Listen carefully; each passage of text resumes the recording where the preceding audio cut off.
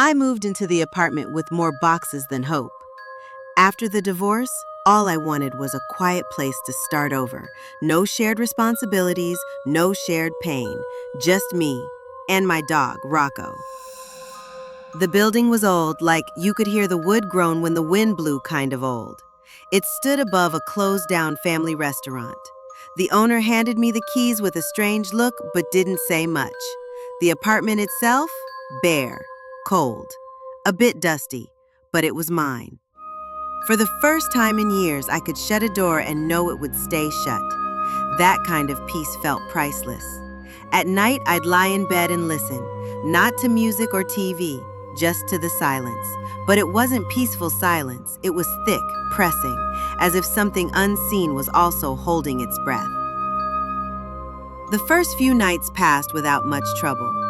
A few creaks in the floorboards, a window that refused to stay open, just old building quirks. Rocco paced a little more than usual, sniffed corners like they'd just been visited, but I assumed he was adjusting too. Then the small things started. I'd find lights on that I swore I turned off. The bathroom mirror fogged up while I was in the kitchen. One night I returned home to find the hallway light swaying gently, like someone had just walked through.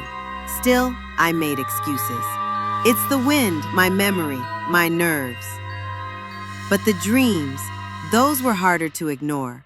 I'd wake in the middle of the night drenched in sweat, feeling watched. I couldn't recall the nightmares fully, just flashes. A figure in the hallway, something whispering in my ear, and the overwhelming feeling that I wasn't alone. Rocco started waking up at exactly 3:17 a.m. every night, growling at the door, staring into the shadows as if they stared back. I told myself it was just stress, the transition, new surroundings, but deep down, I knew better. Something was wrong with this place. Something had noticed me the moment I arrived. The fourth night, something changed. I just made tea, settled into bed with a blanket wrapped around me, when Rocco sat up straight and growled. Not barked, but growled from deep in his chest. "What is it, boy?" I whispered. He didn't move, just stared at the hallway, ears pinned back. I reached for my phone to turn on the flashlight, but just then, the laptop on the desk in the other room turned on. I froze. The screen glowed a sickly blue. A file opened on its own. It was a video. No name, no icon, nothing I'd downloaded. Just static at first. White noise. Then faint whispers. As if someone had recorded a conversation through a wall. One voice, then another. Muffled. Fast. Then louder. I stepped closer. The whispers turned into a hiss. She can hear us. I slammed the laptop shut, yanked the charger from the wall, and stood in silence. My hands were trembling. Behind me, Rocco whimpered. That night, I barely slept. I left every light on. I even tried to play calming music, but every time the sound played, I could swear. I heard breathing behind it. The next morning, I checked the laptop. No trace of the file. No video history. Nothing. I started to wonder if I imagined it, but things didn't stop. I began to smell cigarettes in the hallway late at night. Not faint, strong, like someone was standing just outside the bedroom door. Thick, old, the kind of scent that clings to wallpaper and won't leave. Once, I stepped out to check. Nothing was there, but when I turned back, my bedroom door was wide open. Rocco refused to enter for hours. The next night, I heard footsteps in the kitchen, slow, steady. I grabbed a broom for defense. Of course, no one was there, but one of the cabinet doors was swinging shut, as if someone had just looked inside. I remember whispering out loud, "You're not real," and then I heard it. A whisper, mimicking me from the other room. "You're not real." I started locking my bedroom door. It felt silly at first, locking yourself in your own apartment. But after the footsteps, the voices, the video that didn't exist, I couldn't shake the feeling that I wasn't alone. One night, I woke up to hear Rocco pacing again. This time, he wasn't growling. He was whining, low and panicked. I looked over at the bedroom door. The knob was turning, slowly. I sat up, heart pounding, and called out, "Who's there?" The knob stopped. Silence. I got up and pressed my ear to the door. Breathing, right on the other side, steady, human. Then it stopped, completely. I flung the door open. The hallway was empty. No windows open. No breeze. Rocco refused to leave the room. He just kept staring at the corner where the hallway met the living room, as if someone was still there, just out of sight. I didn't sleep. I sat up until sunrise with the lights on. The next day, I found muddy footprints in the kitchen. Small, bare, like a child's, but smeared and wrong. I called the landlord. He sounded tired, not surprised. He said, "No kids live there, not for a long time." I asked him what that meant. He hung up. I started keeping a journal of everything. Writing it all down made me feel more in control. But that night, the journal was gone. Not stolen, not misplaced, burned. I found it in the sink, blackened and wet, pages turned to ash. That was the first time I cried, not because I was scared, because I realized something horrifying. Whatever was in that apartment, it knew me. It wasn't just haunting the space, it was watching me, learning me, and now it was reacting. It started with the mirror. Every time I walked past the hallway mirror near the kitchen, I thought I saw something, just for a split second, reflected behind me. A flicker, a shape. Sometimes I'd see movement when I was perfectly still. One night I turned quickly, trying to catch it.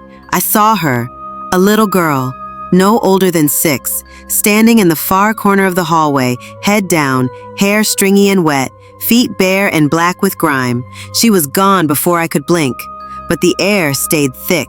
The smell of damp earth clung to me. Rocco barked and ran to the front door. He wanted out.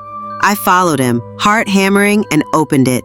He bolted outside and refused to come back in. I had to sleep without him that night. That was the first time I truly felt trapped. My only companion had abandoned me. The next night, she came back. This time I didn't see her in the mirror. I saw her in the bedroom.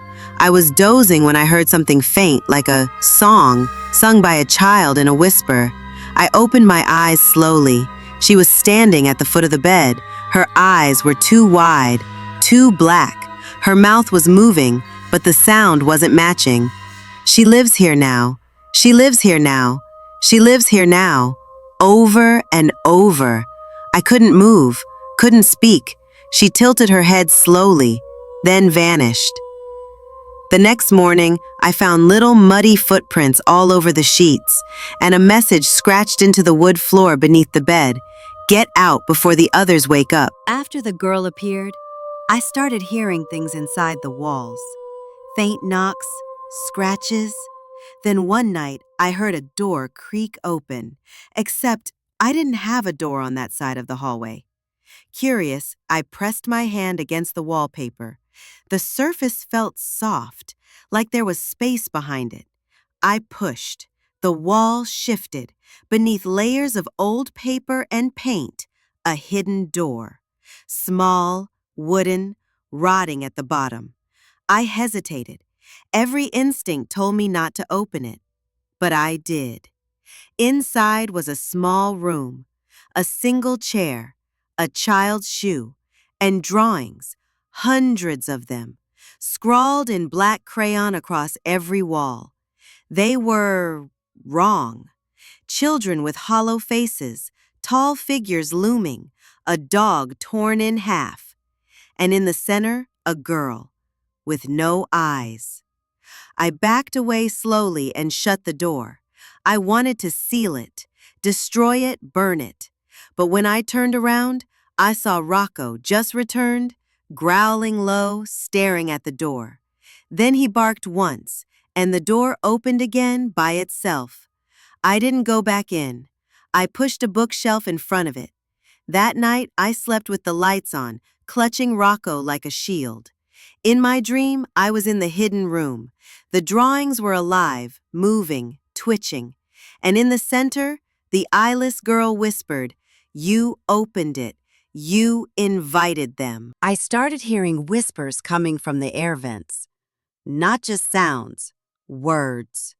Sometimes laughter, sometimes crying, always coming from places that shouldn't echo.